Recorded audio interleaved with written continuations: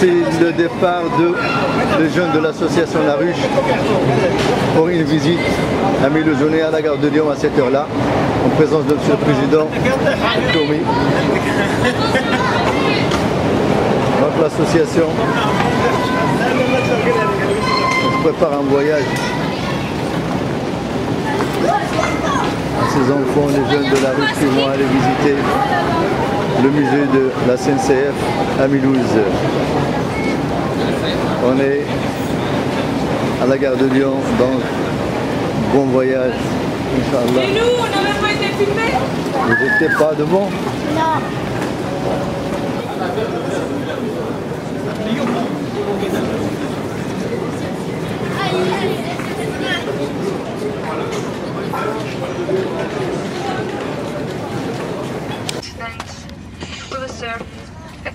Là, les jeunes de La Ruche sont contents. Hein.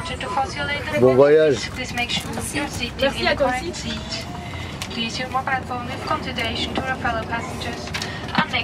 Après un commentaire après. Hein. Ah, non, non, non, il faut. Voilà.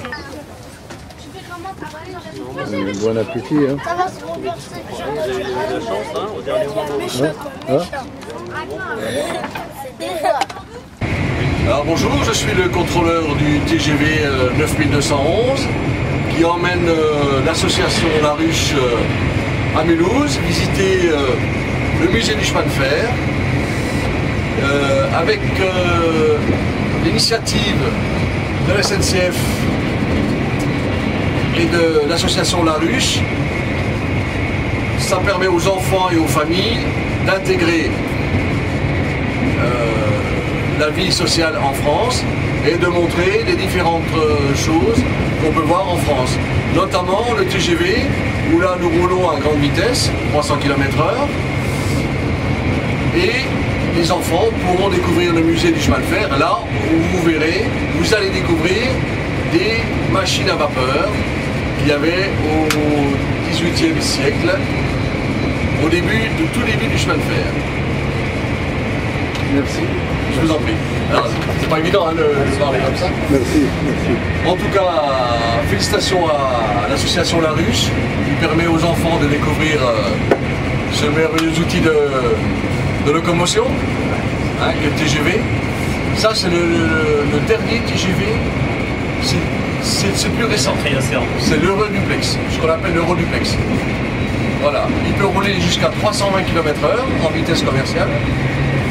Et là, vous avez l'affichage du parcours et de la vitesse. Donc, vous pouvez suivre en temps réel, la vitesse de notre train. Ça s'appelle un duplex parce qu'il y a un étage. On traverse le TGV par l'étage supérieur. Vous avez un bar qui est à votre disposition. Et les premières classes, seconde classe, et voilà. Donc, vous voyagez en toute sécurité à 300 km/h. On n'a pas peur de la police, des radars. On est sans ceinture de sécurité. Voilà. Merci beaucoup. Merci. Je vous en prie. C'est gentil. Et bon voyage. D'accord, je vous donne la. Là, vous êtes à Mulhouse, là.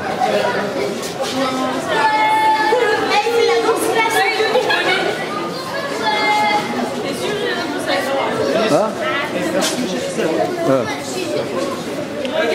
Ah.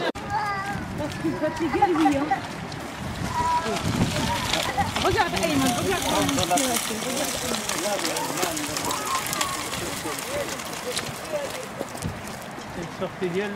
Voilà, on est arrivé Elle a bien raison. à la cité.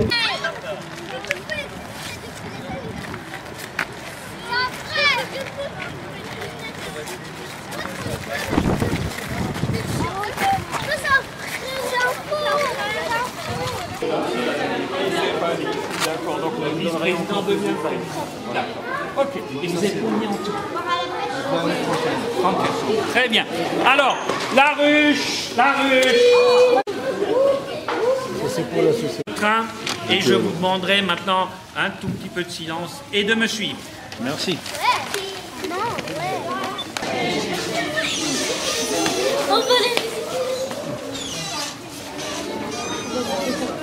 Allez-y.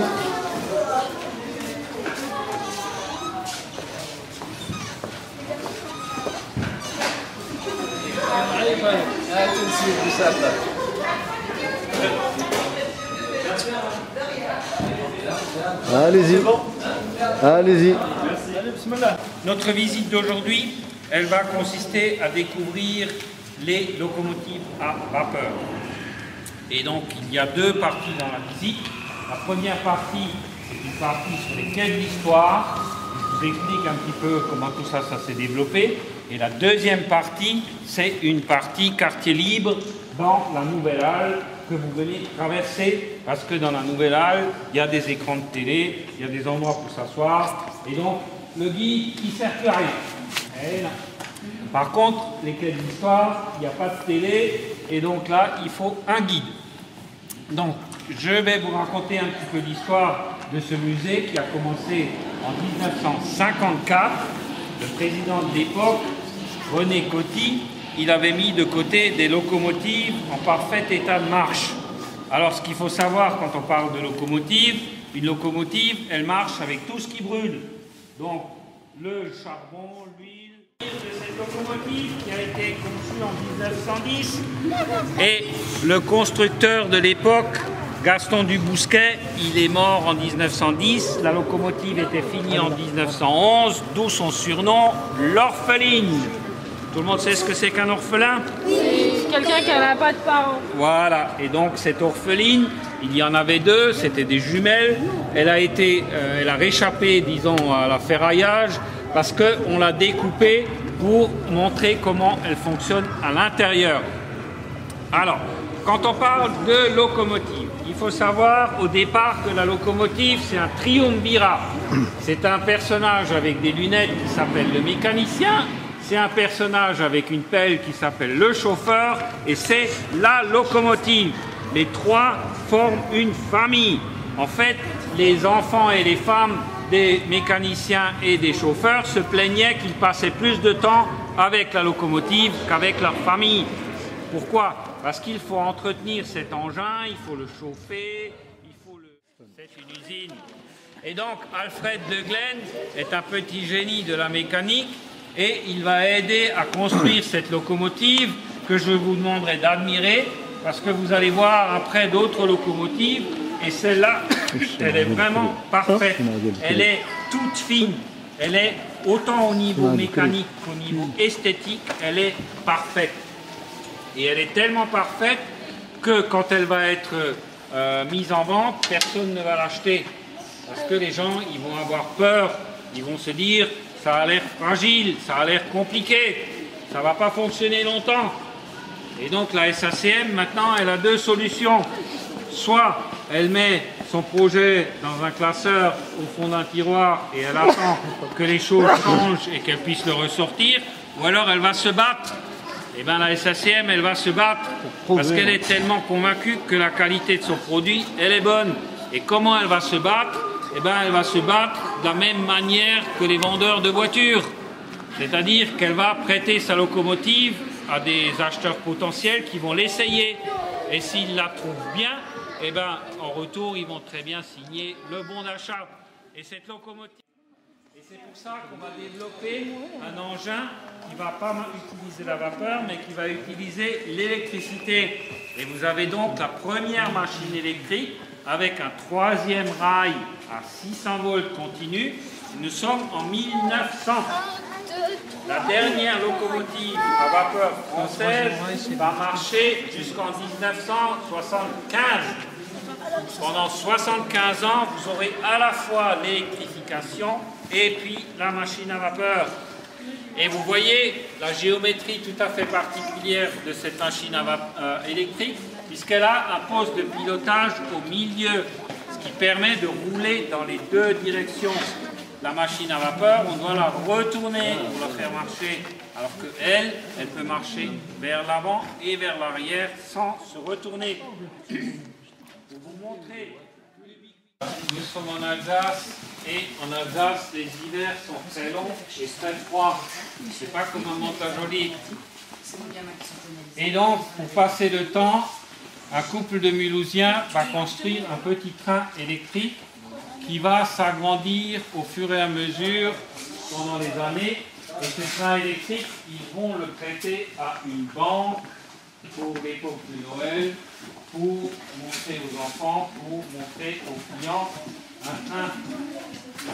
Et comme le train devient de plus en plus grand, à un moment donné, ils n'arrivent plus à le mettre dans le hall de la banque, et donc ils vont nous demander au musée de l'abriter.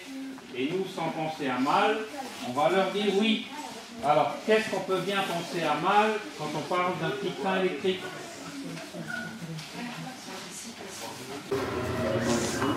Le record de vitesse, 574. Vous allez assister au record de vitesse du TGV.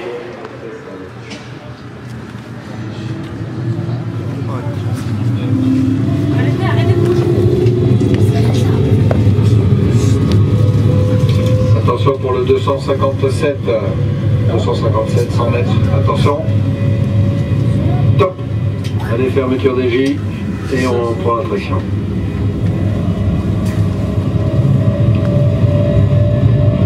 Montez à 300 0.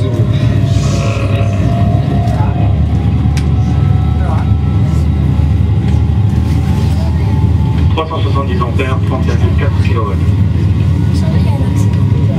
400 ampères, 30,3.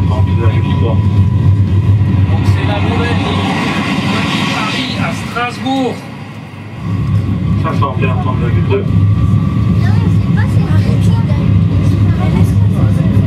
530 ampères, 30,2. 550 ampères, 30,2. 640 ampères, 30,4.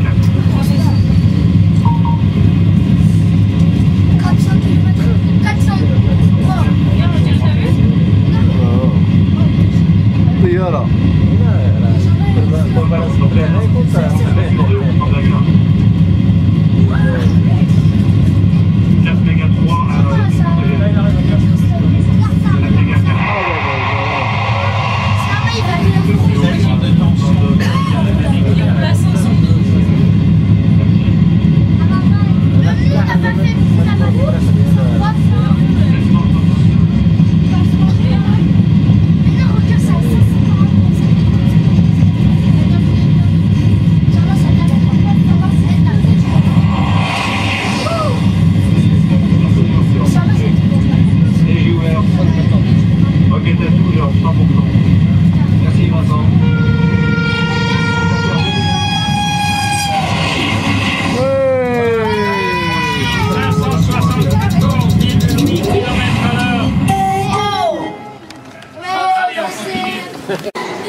Ça nous fait plaisir de voir ces enfants comme ça, cette journée, loin de chez eux de Paris et de Montagélie, en Alsace, l'Est de la France. C'est une journée formidable de voir ces enfants. Je vois la ruche, il a réussi de faire quelque chose de très important à ces enfants. Donc on est heureux. Comme association, on est content parce qu'on a réussi quand même que se marque dans l'histoire de la ruche. Donc on remercie tous les adhérents, toute l'équipe de la ruche qui a réussi, qui a fait réussir cette sortie de 31 personnes que vous avez vues ici. Ils sont tous là. Surtout on a passé une grande journée. On va laisser Younes de nous parler. Qu'est-ce que tu vas nous dire, Younes? Hein? Allez, qu'est-ce que tu vas nous dire pour cette journée? Elle était super. C'était très bien. On a même eu des crayons à papier et tout ça dans le musée. Musée des trains. On a appris beaucoup de choses sur les trains. Et